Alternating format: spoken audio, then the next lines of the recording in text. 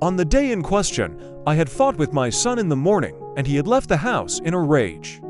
My wife and I were enjoying some peace and quiet in the kitchen while our daughter napped in our bedroom, and then my daughter began crying. Any parent who has young children can tell you, you get used to your child's cries, and you can tell after a while what they need.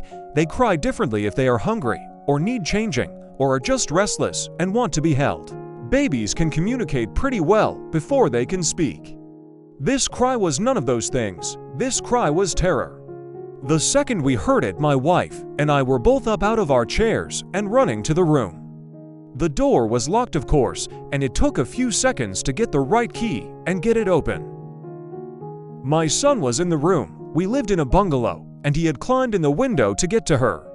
He was standing over her crib with a steak knife in his hand. I have no idea where he got it. It wasn't one of ours. We controlled our knives very carefully and always kept them in locked drawers. I think he may have stolen it from one of our neighbors' houses. He had broken her skin twice already, once in the belly area and once on her arm. I could see blood running down. When I entered the room, he was dragging the back of the knife down her face, not cutting, almost tickling her with it, teasing her while she screamed. He looked up at us and smiled. Before I knew what I was doing, I was already moving, running to put myself between them. I didn't think about it. I just moved instinctively.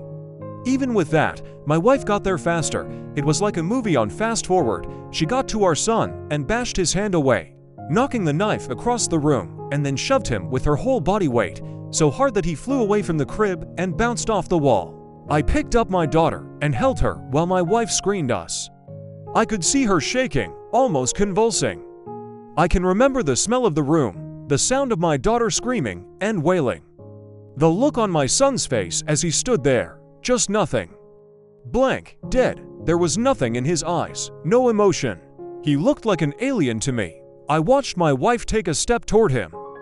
I could have reached out and stopped her, but I didn't. She stepped forward again, very close to him. I could have stopped her again, but I didn't. She waited, looking at him for maybe 3 to 5 seconds without moving. And then she hit him in the face.